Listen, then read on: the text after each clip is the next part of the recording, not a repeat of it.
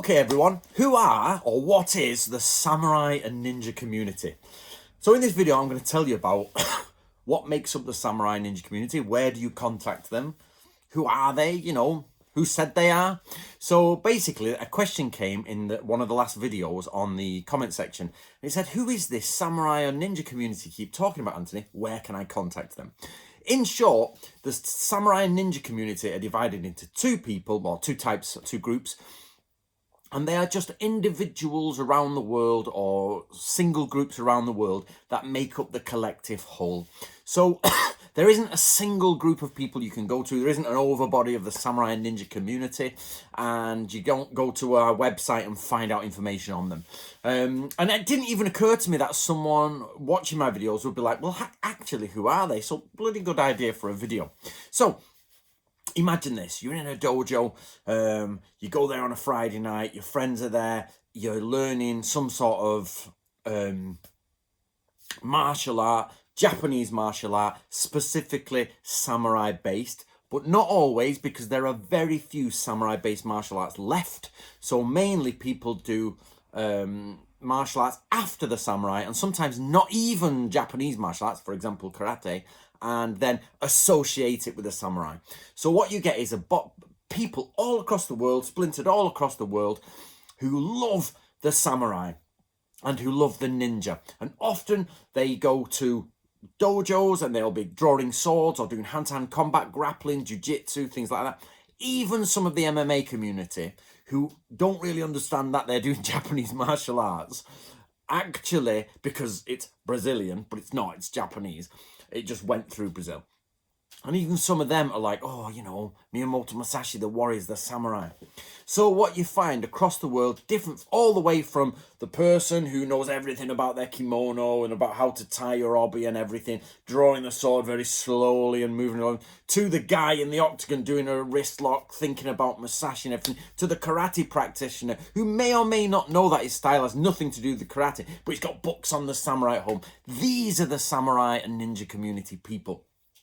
But again, and of course, this also includes people who like the history. So people who love reading the history of Japan. However, they're slightly different. I would call them the Japanese history enthusiasts as opposed to Japanese samurai and ninja enthusiasts. They tend not to do it. They tend to study history. So they're more history enthusiasts, brackets Japanese.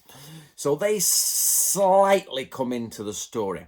But what about ninja? Who are the ninja enthusiasts? Well, of course, in the 1970s and 80s, you got everyone doing, let's be honest, the Bujikan and stuff like that, and doing hand-to-hand martial arts, combat, and then you get people from other places doing it. And of course, I came along and we've changed it now. So what we find is the history community, or the the ninja enthusiast community is shrunk down. Since I came about, it was much bigger and it's shrunk down now because I speared and killed it. And people have moved that over to the samurai community. And I got a really funny comment the other day saying, Anthony, you've stopped everyone wearing black and they now all wear traditional hakama and samurai stuff, and they do terrible jiu-jitsu, and you're like, oh, so I've put them on them. But that's, whether their jiu-jitsu is good or bad is irrelevant. What we're saying is, inside of that community, there's movement. So we find that the people who dress in black karate gis with a black karate belt, sort of show a mask, and they've got rubber-soled Japanese working boots on, not traditional ninja boots, Japanese modern construction site boots normally. Those people have tended to be reduced massively in size, and they've gone over to a more correct way, which is traditional gear, which is definitely more correct. So what we find is that the relationship between the ninja community and the samurai community, they don't understand the relationship. So the relationship is this: they're all samurai. So they're all samurai, but they think, so people in the samurai community, those are people who draw their swords, do iaido, do a round, do a sort of like Kyudo, do a bit of how to tie their kimono and all that. All those people are like, oh, we do samurai and the ninja do ninja, and they don't understand it. Samurai is a banner here, yeah? This is the banner, Samurai Enthusiast Community. They are one branch, and they do iaido, Kyudo and things like that. You know, the sort of more spiritual martial arts section, which again is a problematic in its own way. But then from that, you get the ninja community. Again, very few times now do we see people with kimono, with karate gis on saying, you know, ninja are different to samurai. We don't see that so much anymore. Only a handful of individuals now sort of hold on to that image. And hopefully in the next few years, we'll get rid of that too. We'll get rid of them. I don't mean the people. I want the people there. The sort of image of the black karate gi image. We need to get rid of that. But what we have is this samurai banner, and some people doing Shinobi no Jutsu, some people doing that. But now, because of the work we've done with the Book of the Samurai series, people are now starting to work on Gungaku military studies, Gunjutsu, how to physically do these things. And especially with the school I put together, Natoryu, we are now channeling all that into different ways. How do people march? What system do they march in? How do you take a spear? How do you put a marker on a spear? What do your banners look like? You know, all those sort of questions. So there's a big banner at the top that says samurai. And if I had the energy, I'd put it at the top, but I'm working hard.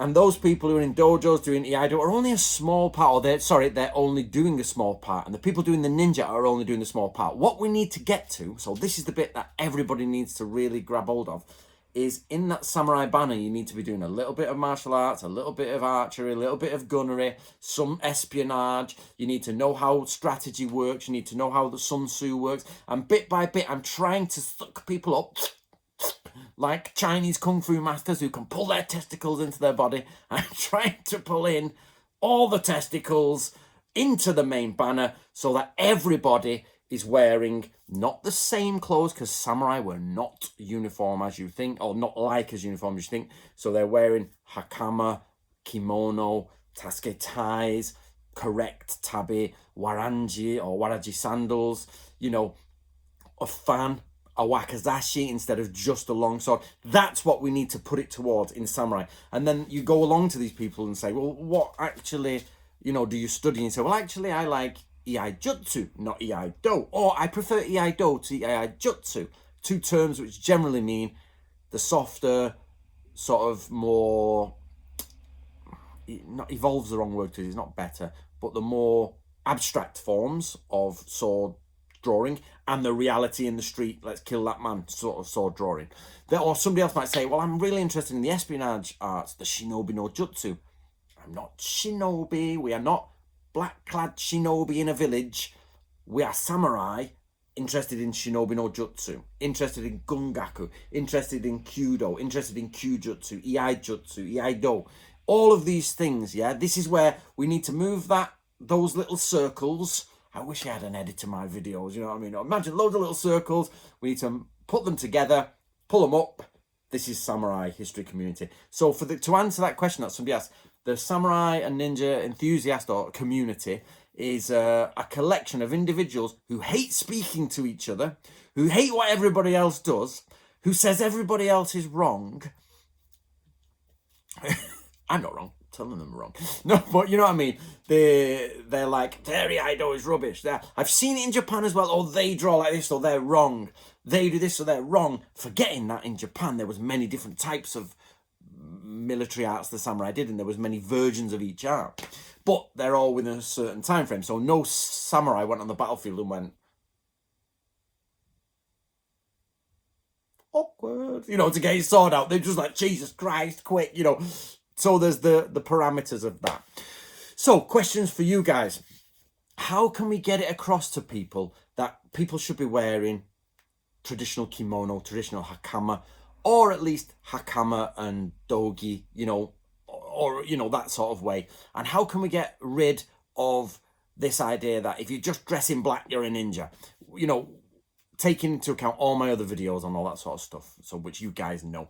So if you know someone who's in the samurai community, enthusiast, they do Iaido and everything, please send them this video so that they understand that they too can get interested in the ninja. They too can get interested in Gungaku. It's not that they only do one thing in one school.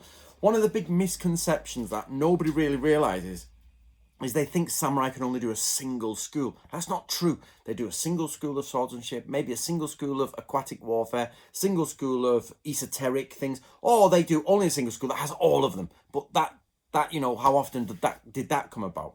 So there you go, guys. If you want to help me, please pre-order a copy of the Book of Bushido, which you'll see the adverts at either end, and that will really help me. And if it's after 2022 February, it'll be out. So I hope if you're watching it then, I hope the world has not ended and that you're going to get the book. See you later, guys.